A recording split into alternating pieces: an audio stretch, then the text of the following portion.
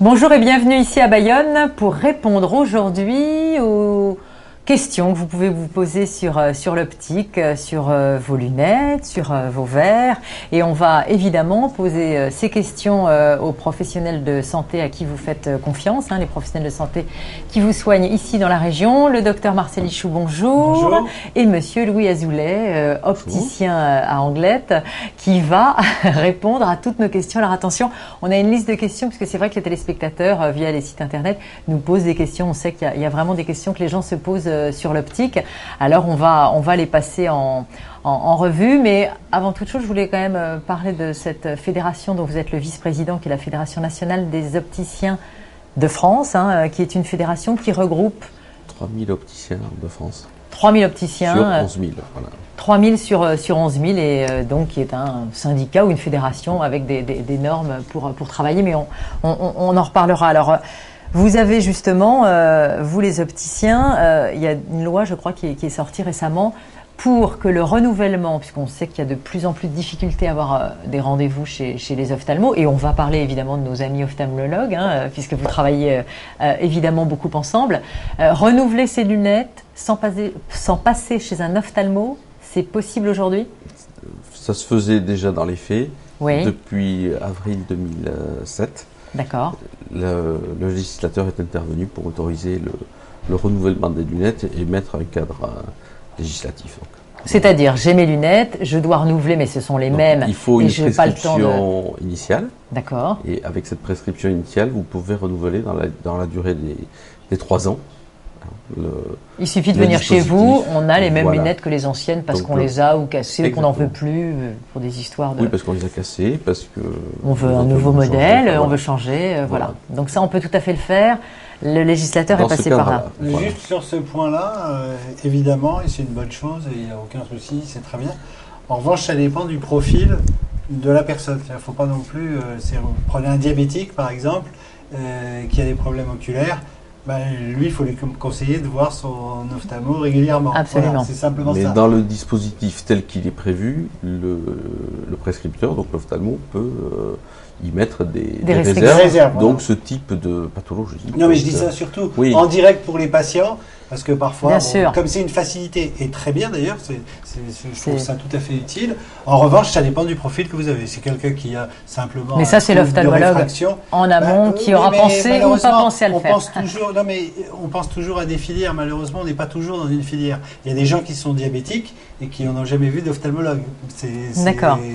Ça ne devrait pas être le cas, mais ça existe. D'accord. Donc voilà, c'est simplement pour dire ça. Ça dépend aussi de votre profil pathologique. Alors, justement, en parlant de profil pathologique, vous, opticien, quand vous recevez quelqu'un qui n'a, j'aurais tendance à dire qu'une presbytie, même s'il n'y a pas de plus grande correction. Un autre cas de la loi, c'est d'exclure la presbytie. Il faut de toute façon une prescription initiale. Donc, on part du principe que le patient a vu un ophtalmologue, de toute façon. Préalablement. Voilà. D'accord. Par contre, pour la presbytie, là, on est en dehors de cette législation. On peut.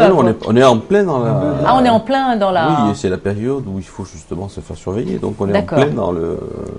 Donc, il faut aller voir au préalable son ophtalmologue. Alors, il faut considérer ça comme une facilité, mais en revanche, il faut pas. Oui, parce que le législateur a voulu faciliter la vie de l'assuré face à l'allongement des délais. Alors, c'est pas très vrai sur la côte basque parce que il y a des prescripteurs, il y a des opticiens, donc c'est relativement facile.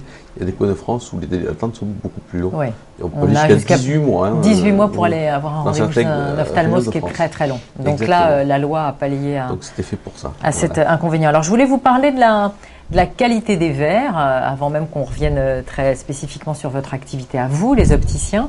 Quand on choisit un verre chez vous, et je sais qu'il y a des publicités aujourd'hui qui prônent la qualité de tel ou tel verre.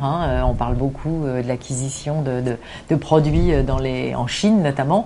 Est-ce qu'on peut avoir une garantie sur les marques ou choix que l'on peut avoir sur un verre et une qualité de verre et ça, c'est vu évidemment, j'imagine, avec vous l'opticien. Oui, comment ça se passe? Il y a plusieurs... évidemment que la qualité du produit impacte sur la qualité de la prestation, mais il faut aussi la qualité du professionnel parce qu'un bon produit sans derrière un bon professionnel, est-ce que ça peut bien fonctionner? c'est un ensemble. Mais la question de Guylaine, c'est quand même, est-ce qu'on a une garantie? C'est ça qu'elle veut dire. C'est-à-dire, préalablement, l'assuré doit avoir un devis qui lui est remis, donc déjà, a priori, il est en mesure. Au-delà du prix, etc., comment on peut savoir, je pense que ça fait référence aussi aux prothèses d'une manière générale. Vous êtes professionnel, vous avez votre... il faut avoir confiance en son professionnel. Il y a des réseaux différents, il faut... Voilà, alors, pour vous poser la question différemment, est-ce qu'il y a des produits dont vous savez qu'ils sont douteux, ou à risque, ou pas du tout? Oui, enfin moi je travaille pas avec ces gens-là, donc je n'ai pas ce genre de... Mais ça existe. Alors comment dans la prothèse? Oui, enfin il existe des produits plus cheap, quoi, plus bas de gamme. Voilà. Qui évidemment corrigent moins bien, durent moins longtemps. Oui, et qui... Pour l'adaptation progressive en particulier, c'est plus long, moins. Mais bon, il y a la prestation aussi du professionnel. Enfin, le professionnel est là pour aiguiller et conseiller. Oui, enfin pour satisfaire surtout le porteur. Hein. Non, mais dans la chaîne de valeur ajoutée, il s'entend qu'il y a une valeur ajoutée du professionnel et énorme. Et c'est évident, mais elle va jusqu'à aussi lui faire confiance pour la qualité de ses fournisseurs. Oui, mais enfin, l'opticien qui adapte. Plus il a un produit de qualité, plus c'est facile pour lui. Enfin, c'est. Excusez-moi d'être. Mais je comprends. De pas répondre davantage, mais c'est. Voilà, et après, effectivement, parce que là, en particulier dans les anti-reflets, vous avez des valeurs ajoutées sur les verres. Vous avez, suivant les fabricants, des produits qui sont plus ou moins, y compris d'ailleurs chez les mêmes fabricants, il y a des niveaux de... Et qui vont d'ailleurs du simple au double. Alors justement, je voulais revenir dans les devis, pour que les gens s'y retrouvent, mais on va donner des grandes réponses, parce qu'on ne va pas prendre de cas particuliers, même si on essaiera sur les remboursements d'expliquer davantage. Quand on voit en fait si on va chez deux opticiens différents pour voir un petit peu, essayer alors on a, et je l'espère, heureusement confiance de plus en plus en son professionnel de santé, et c'est avec lui qu'on a envie de travailler. Maintenant, qu'est-ce qui explique parfois l'écart très important entre les devis? C'est évidemment, vous disiez, les choix après, de verre. Il y a la liberté des prix, donc effectivement, chacun peut appliquer les prix qui... Pour le même type de produit, oui, il y a les marges différentes, ça comme chez chez n'importe quel commerce, on peut avoir des marges différentes. Mais parfois, est-ce que les gens s'y retrouvent vraiment entre des devis différents sur des verres qu'ils estiment être pour eux de même qualité? Si les produits proposés par les professionnels sont les mêmes, parce qu'au moins je voudrais vraiment intervenir parce qu'il y a des gens qui se font... il y a des réseaux même qui sont mis en place avec les référentiels, la qualité des prix. Là, très franchement, il faut donner un accès le plus homogène aux soins. En revanche, on ne peut pas comparer tout et n'importe quoi. Les verres, l'opticien, la qualité de son travail, etc. Donc, qu'il y ait des différences de prix, c'est normal. Par essence normal. C'est-à-dire qu'on ne peut pas imaginer, d'ailleurs en fonction des montures que vous choisissez, la qualité des verres que vous choisissez. Oui, mais c'est ça, est-ce que les gens savent bien comparer? La manière dont fait son travail l'opticien. Parce que le travail, ça se rémunère. Donc très souvent, il y a des prix qui sont bas, c'est que le travail derrière est pas bien fait parce qu'il y a des limites. Il y a une économie globale. C'est-à-dire que je vais venir vous voir et je vais vous expliquer vraiment très en détail ce dont j'ai besoin avec du verre anti-reflet. Enfin, je veux par exemple pour mon verre beaucoup on va dire d'options. Je veux toutes les options. Si je vous demande à vous toutes les options, évidemment, votre intervention elle est de me conseiller et répondre être le plus en adéquation avec ce dont j'ai besoin pour ma vue et ce que vous me recommandez par rapport à mes exigences. On est d'accord. C'est calé là-dessus. Et effectivement, derrière, les gens peuvent demander des devis, mais c'est souvent ça que les gens comparent. C'est vrai que c'est pour des prestations finalement donc très différentes. Voilà, c'est comme quand vous allez chez le médecin. Je veux guérir, oui, mais si vous testez pas, c'est pas toujours simple. Voilà, absolument. Votre intervention, c'est-à-dire que je vous demande des verres, j'ai votre conseil par rapport à ce que j'attends.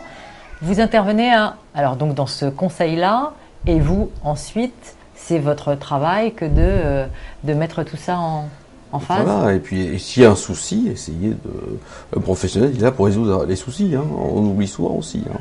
Voilà, de prendre contact avec l'ophtalmo si c'est un problème, essayer de savoir si c'est adapté aux besoins qu'il avait. C'est pas toujours le cas, et de plus en plus, en particulier avec l'informatique. Donc, voilà, il peut y avoir. Oui, parce qu'entre la prescription médicale et le travail fini, il y a quand même toute une chaîne. Voilà, et la façon dont le patient veut utiliser l'équipement. Voilà. D'accord. Donc oui, son niveau d'exigence. Oui, qui est très différent suivant son activité, pour ça que c'est très que ce soit loisir ou professionnel. Donc c'est pas bien de comparer si on n'est pas sur les bons critères de... Il faut comparer. Le problème, c'est des fois c'est difficile de... Mais il faut comparer ce qui est comparable. Voilà. C'est-à-dire que déjà, il faut...